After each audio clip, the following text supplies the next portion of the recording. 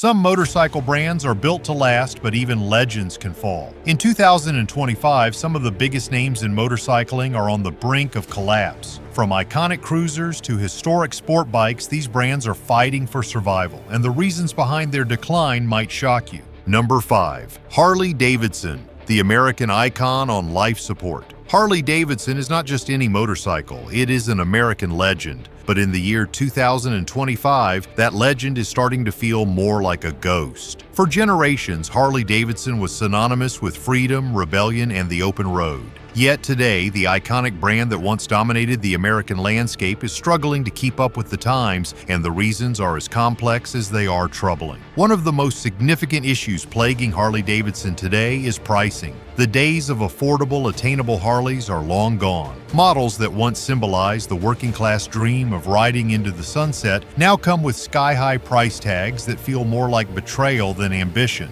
Take, for example, the Fat Bob 114. It starts at $13,000, but by the time a rider factors in freight charges, dealership markups, and necessary upgrades, the final price can easily exceed $17,000. And that is just the entry-level scenario. Harley's flagship touring models such as the Road Glide CVO, Street Glide CVO, and Ultra Limited routinely break the $40,000 barrier. These bikes, once seen as the ultimate long-distance touring machines, are now priced far out of reach for the average rider. The problem is not just the cost itself, it is the perception that Harley-Davidson has abandoned the very people who made the brand iconic in the first place. While other manufacturers are constantly innovating, Harley-Davidson remains stuck in the past. The brand continues to rely heavily on its Milwaukee 8 engine, an air-cooled V-twin that, while undeniably classic, has not seen meaningful upgrades in years. Meanwhile, competitors like Indian and Honda have embraced liquid-cooled engines, ride modes, digital displays, and cutting-edge safety systems. The difference becomes stark when comparing Harley's lineup with that of other major brands. While Indian offers models like the Scout with modern performance features and Honda brings high-tech innovations to the Goldwing, Harley-Davidson sticks to familiar gauges and a nostalgic rumble. Harley-Davidson's attempt to break into the electric market with the Livewire was supposed to mark a new chapter in the company's history. However, it turned out to be an expensive misstep. Launched at nearly $30,000, the Livewire offered less than 150 miles of range, and many riders simply shrugged. Harley's core demographic, middle-aged, traditional bikers, was never the ideal market for an electric motorcycle, and younger riders balked at the price. The failure of the Livewire to connect with buyers forced Harley to spin it off into its own brand, essentially distancing itself from the very innovation it had hoped would breathe new life into its lineup. The Revolution Max engine, found in models like the Pan America and the Sportster S, showed promise. But instead of overhauling the entire lineup with this modern power plant, Harley left these bikes isolated, surrounded by an aging fleet that still worshiped the past. One of the most telling signs of this shift can be seen in the used market. A 2015 Road Glide with fewer than 20,000 miles can be found for around $15,000, and it delivers nearly the same experience as the current model. Why pay $40,000 for a new bike when a slightly older model offers the same aesthetic and feel? Despite the clear signals from the market, Harley-Davidson remains stubbornly attached to its legacy. The brand's marketing still emphasizes the rebellious spirit of the 1960s and 70s, but that narrative feels increasingly out of place in 2025. Younger riders want bikes that fit their lifestyle, not ones that dictate it. Brands like Yamaha and Honda understand this shift, offering cruisers that balance heritage with modernity. Even Indian has managed to modernize without completely abandoning its roots. In contrast, Harley-Davidson's adherence to tradition has turned into a liability. The brand is no longer the undisputed king of the road, but rather a relic of an era that is fading fast. Its core demographic is not just getting older, it is shrinking. If Harley-Davidson does not adapt soon, it risks becoming a niche brand, catering to a dwindling group of purists rather than leading the market as it once did. It is not too late for Harley-Davidson to turn things around, but it will require a willingness to evolve without abandoning what makes the brand special. Embracing innovation, diversifying its lineup, and appealing to a broader range of riders are critical steps. The brand's most recent attempts, like the Pan America, show that Harley can break from tradition without losing its identity entirely. Harley-Davidson's struggle to keep up with the times is shocking, but the next brand on our list took a bold risk, and it backfired spectacularly. We've put in the time to dig deep into why these legendary motorcycle brands are on the brink, and the real reasons behind their fall might surprise you. If you appreciate thorough research like this, make sure to hit subscribe and stay tuned for more in-depth analysis. Number 4. KTM. Ambition gone wrong. KTM has long been synonymous with off-road supremacy, aggressive styling, and powerful performance. The brand built its reputation by offering motorcycles that could dominate the dirt and tackle the toughest terrains with ease. However, in the year 2025, the Austrian motorcycle giant finds itself grappling with a monumental crisis. What was once a brand celebrated for its engineering prowess and competitive spirit is now fighting just to survive. KTM's downfall is not just a story of economic hardship, it is a tale of ambition gone wrong. In the early 2020s, KTM set its sights on global domination. The company aimed to solidify its presence in established markets while also expanding aggressively into emerging ones. This strategy seemed sound at first. KTM increased production to over 1,000 motorcycles per day, banking on soaring demand and a rapidly growing customer base. Unfortunately, that growth did not materialize. Instead, the company found itself with a surplus of unsold bikes, and the dream of global expansion quickly turned into a nightmare. One of the critical factors that triggered KTM's crisis was its overestimation of market demand. In an attempt to outpace rivals like Yamaha, Honda, and Kawasaki, KTM flooded its production lines with new models. The plan was to offer a wide range of motorcycles, from high-performance off-road machines to entry-level commuter bikes. However, the market was not ready for such an influx, and the bikes started to pile up in warehouses, unsold and depreciating in value. Adding fuel to the fire, economic conditions began to shift dramatically. Inflation surged, interest rates spiked, and consumer spending took a hit. The financial pressures that followed made it even harder for KTM to move its inventory. Dealers across Europe and North America reported showrooms full of bikes that customers simply were not buying.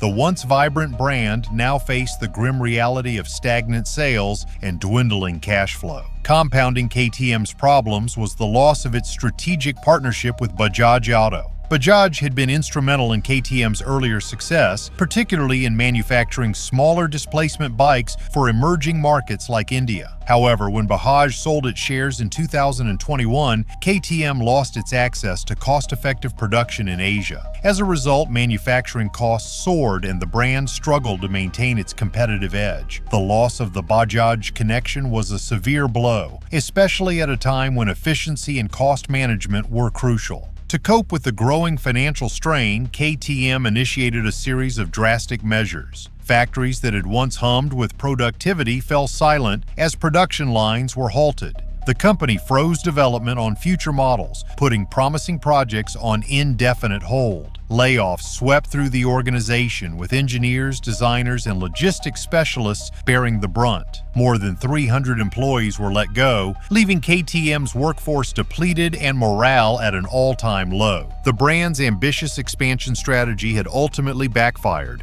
forcing it to shrink just to stay afloat. Even dealerships that once proudly showcased KTM's latest models found themselves in a bind. Showrooms were overstocked, and even hefty markdowns could not entice buyers. The brand's reputation for high performance, once unshakable, now seemed precarious as dealers and customers alike questioned whether KTM could recover from such a colossal miscalculation. Another significant issue that plagued KTM was its reliance on a dual strategy of premium performance in established markets and budget-friendly models in emerging ones. This approach worked during the company's rapid ascent, but it became a liability when global economic conditions shifted. Small displacement bikes, which carried thin profit margins, needed to be sold in massive volumes to remain profitable. When consumer interest waned, KTM was left with a vast inventory and not enough demand to support it. The production halt hit particularly hard in Europe, where KTM had recently invested heavily in upgrading its manufacturing capabilities. With bikes not moving from dealer floors, warehouses across the continent were filled to capacity. Dealers faced a tough choice: keep the bikes and hope for a rebound, or offload them at a significant loss. Most opted for the latter, but even discounted models failed to attract the usual level of interest. KTM's aggressive expansion strategy seemed promising on paper, but lacked the necessary flexibility to adapt to changing market conditions.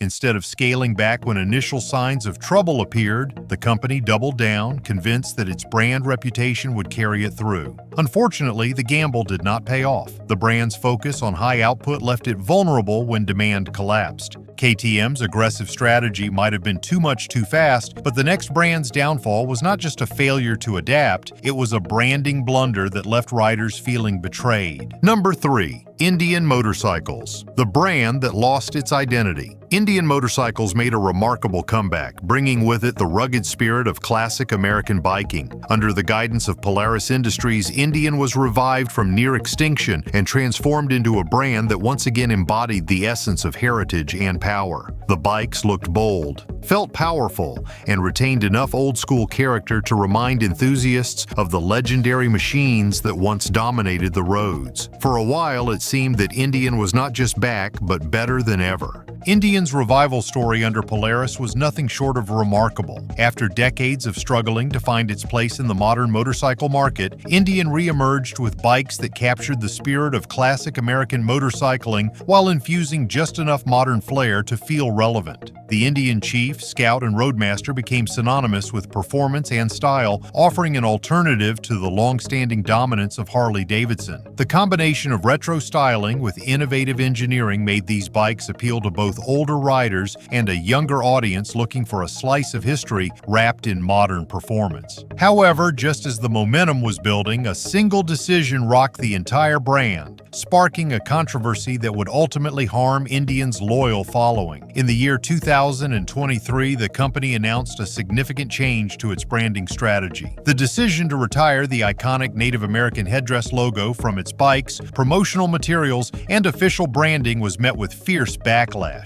For many devoted Indian riders, the logo was more than just a symbol. It represented a deep connection to the brand's storied past and cultural significance. The backlash was swift and intense. Online forums, social media pages, and motorcycle communities were flooded with angry responses. Some riders accused Indian of caving to corporate pressure and erasing a crucial part of its identity. Loyal customers who had supported Indian through its ups and downs felt betrayed. To them, the logo was a bridge to the past, a nod to the brand's original roots. The decision to replace it with a more modern, minimalist emblem seemed like a move to sanitize the brand rather than preserve its essence. While Polaris defended the decision as an effort to align with modern sensibilities and cultural awareness, the damage was done. The core customer base felt that the brand was distancing itself from the very culture that made it unique. As a result, Indian saw a notable decline in enthusiasm among its most dedicated followers.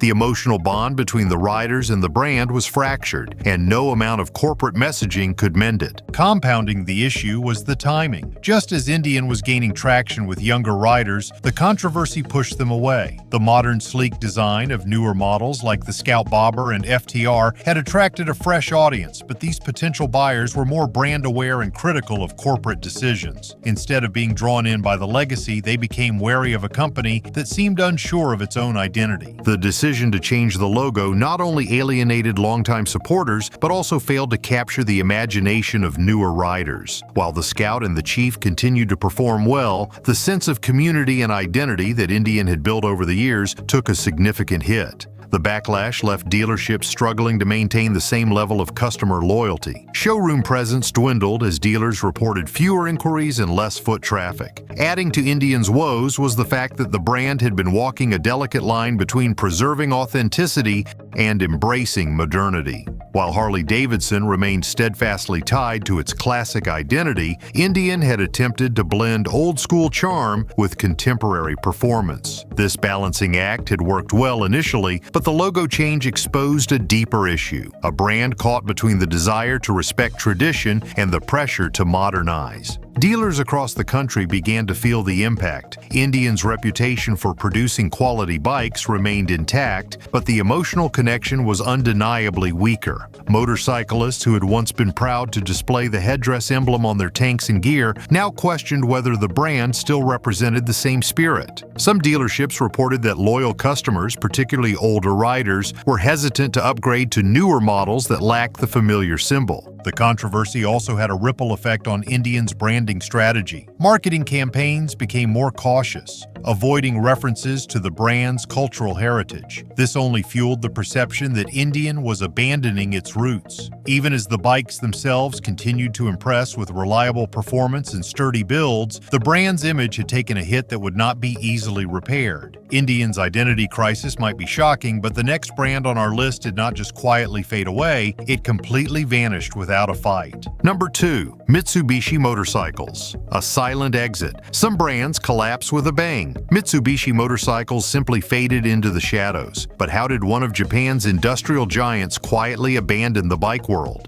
Mitsubishi motorcycles once had the potential to become a major player in the motorcycle industry. During the post-war boom of the 1950s and 1960s, Mitsubishi developed sturdy and reliable small bikes and scooters that became popular across Japan. The Silver Pigeon was a prime example, a practical and efficient scooter that symbolized the company's commitment to building affordable utilitarian vehicles. These bikes were built to withstand everyday use, making them popular among commuters and delivery riders alike. Mitsubishi's industrial power and reputation for durable engineering gave the brand a strong foundation to compete against other Japanese manufacturers. For a brief period, it seemed like Mitsubishi was on track to challenge motorcycle giants like Honda, Yamaha, and Suzuki. The company had the industrial muscle, the distribution reach, and the ambition to expand its presence in the growing motorcycle market. But despite the promising start, Mitsubishi never managed to establish a lasting foothold in the two-wheeled world. As the motorcycle wars intensified during the 1970s, Mitsubishi's focus began to shift entirely toward automobiles. While Honda was innovating with the CB series engines and Yamaha was investing in high-performance technology, Mitsubishi quietly began withdrawing from motorcycle production. The company prioritized its automotive division, where it saw greater potential for long-term growth and profitability. This strategic decision gradually pushed motorcycles to the sidelines. Mitsubishi's withdrawal from the motorcycle market was not marked by any grand announcement or official closure. Instead, the company simply stopped producing new models, scaled back its marketing efforts, and allowed its motorcycle division to fade into obscurity. By the early 1980s, Mitsubishi motorcycles had quietly disappeared, with no fanfare and little acknowledgement from the company itself. For many enthusiasts, it felt as though Mitsubishi had simply forgotten about its once promising motorcycle lineup. In recent years, there have been occasional rumors suggesting that Mitsubishi might return to the motorcycle market. As electric vehicles gained popularity, some speculated that Mitsubishi could leverage its expertise in electric cars to develop a new line of electric motorcycles. Patent filings, concept sketches, and whispered conversations in the industry hinted at a potential comeback. However, as of 2025, nothing concrete has emerged. The idea of Mitsubishi re-entering the motorcycle scene remains just that, a fleeting hope without substance. While Mitsubishi was gradually fading away from the motorcycle world, other Japanese brands like Honda and Yamaha continued to innovate and strengthen their global positions. Honda's dedication to developing versatile, reliable bikes kept it at the forefront of the industry, while Yamaha's investment in performance models ensured its place among enthusiasts. As these brands adapted to changing consumer demands, Mitsubishi's quiet retreat left a void that competitors eagerly filled. Mitsubishi's motorcycle legacy has now become little more than a nostalgic memory. Vintage enthusiasts and collectors occasionally showcase Silver Pigeon scooters at classic bike shows, but these appearances are rare. The company's once ambitious vision of becoming a two-wheeled powerhouse is now a distant memory. There are no official plans for a comeback, and even if Mitsubishi were to re-enter the the market, it would face an uphill battle to regain relevance in a highly competitive environment. The most remarkable aspect of Mitsubishi's exit from the motorcycle market is how unceremonious it was. Unlike brands that collapse under the weight of financial mismanagement or scandal, Mitsubishi's departure was quiet, almost unnoticed. There were no major financial meltdowns or public controversies, just a gradual fading away as the company shifted its resources and focus entirely to automotive production.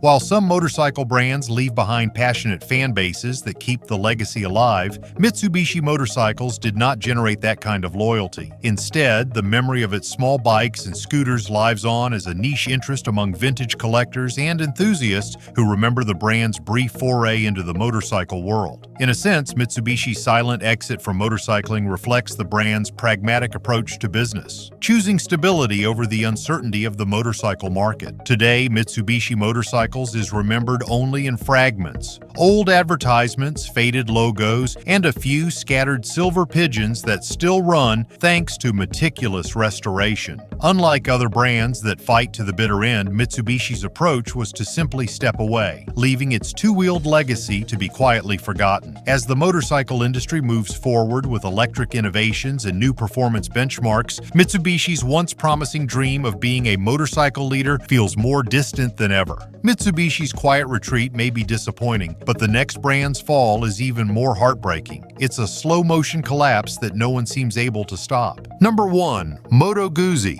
the legacy that's fading away. Moto Guzzi has been crafting motorcycles for over 100 years, earning a reputation as one of the most iconic Italian brands in the world. From the shores of Lake Como, the brand has maintained a tradition of craftsmanship and mechanical poetry, with bikes that embody a unique blend of heritage and rugged charm. Yet in the year 2025, this legendary name is slipping through the cracks. What went wrong for Moto Guzzi, and why is it on the brink of extinction? The transverse V twin engine was once revered for its unique design and robust power delivery. Yet as motorcycle technology has advanced, Guzzi has remained firmly rooted in the past. Despite some attempts at modernization, such as adding more advanced fuel injection and minimal electronic aids, the core engine design has not significantly evolved since the 1970s. A major issue facing Moto Guzzi is not just the lack of innovation, but also the lack of market presence. The brand, owned by the Piaggio Group, finds itself overshadowed by more commercially successful siblings like Vespa and Aprilia. While Vespa continues to dominate the scooter segment and Aprilia excels in sport bike performance, Moto Guzzi's identity as a classic cruiser and touring brand has struggled to resonate with younger audiences. One of the most promising signs of life from Moto Guzzi came with the introduction of the V100 Mandello, a modern take on the classic Guzzi formula. The V100 Mandello features a liquid-cooled 1,040 cubic centimeter V twin engine, producing around 115 horsepower and 75 pound-feet of torque. It also comes equipped with contemporary features such as a 6-axis inertial measurement unit ride modes and cornering anti-lock braking system. Weighing around 510 pounds, the bike offers an agile yet robust ride, a significant departure from Guzzi's traditionally heavier models. Despite the technological leap forward, the V100 Mandello alone cannot save the brand. Production numbers remain critically low, with Moto Guzzi manufacturing fewer than 10,000 units per year. This is a stark contrast to the booming output of competitors like Ducati and BMW, which produce hundreds of thousands of bikes annually. As a result, Moto Guzzi's presence on the global stage has dwindled to a niche following, with the brand rarely seen outside of dedicated enthusiast circles. The challenges facing Moto Guzzi are not limited to innovation and production alone. The brand also struggles to capture the attention of younger riders who generally seek modern, lightweight, and technologically advanced motorcycles. Moto Guzzi's lineup, dominated by retro-styled cruisers and touring bikes, fails to match the dynamic appeal of brands like Triumph, which successfully blend classic aesthetics with contemporary engineering. This failure to attract a new generation of bikers is one of the core reasons behind Guzzi's decline. Adding to the brand's woes is the perception that Moto Guzzi is stuck in a time warp. While some brands have capitalized on nostalgia without compromising modern features, Guzzi's lineup too often feels like a throwback to a bygone era. The simplistic analog dials, minimalistic electronic aids, and classic styling may appeal to purists, but they do little to entice riders accustomed to sleek digital interfaces interfaces and customizable ride modes. Furthermore, Moto Guzzi's dealer network remains sparse compared to major competitors, making it harder for potential buyers to find, test ride, or service these bikes. In major markets like the United States, where cruiser culture remains strong, Guzzi's limited availability and outdated reputation make it difficult to compete with Harley-Davidson or Indian. Even in its native Italy, Guzzi faces stiff competition from Ducati's Scrambler lineup and Triumph's Bonneville series, which offer both retro appeal and modern performance. Despite the rich history and the passion of dedicated owners, Moto Guzzi's current trajectory does not inspire confidence. The brand's core appeal, timeless engineering and rugged simplicity, is increasingly perceived as an inability to modernize. While Moto Guzzi continues to produce unique and characterful motorcycles, they are often seen as niche products rather than mainstream contenders. Financially, the situation is no less grim. As a part of the Piaggio Group, Moto Guzzi has faced challenges in securing the level of investment needed for comprehensive modernization. While Piaggio has poured resources into revitalizing Vespa and developing high-performance Aprilia models, Guzzi has been left with limited budget allocations, resulting in long product cycles and minimal updates. This lack of corporate focus has only deepened the brand's struggles. As Moto Guzzi struggles to stay relevant, one thing's clear: nostalgia alone isn't enough to survive in today's competitive motorcycle market. Thanks for watching. Do you think these brands can turn things around, or are they destined to fade away? Let us know in the comments below. And if you found this breakdown insightful, don't forget to subscribe for more in-depth looks at the motorcycle world.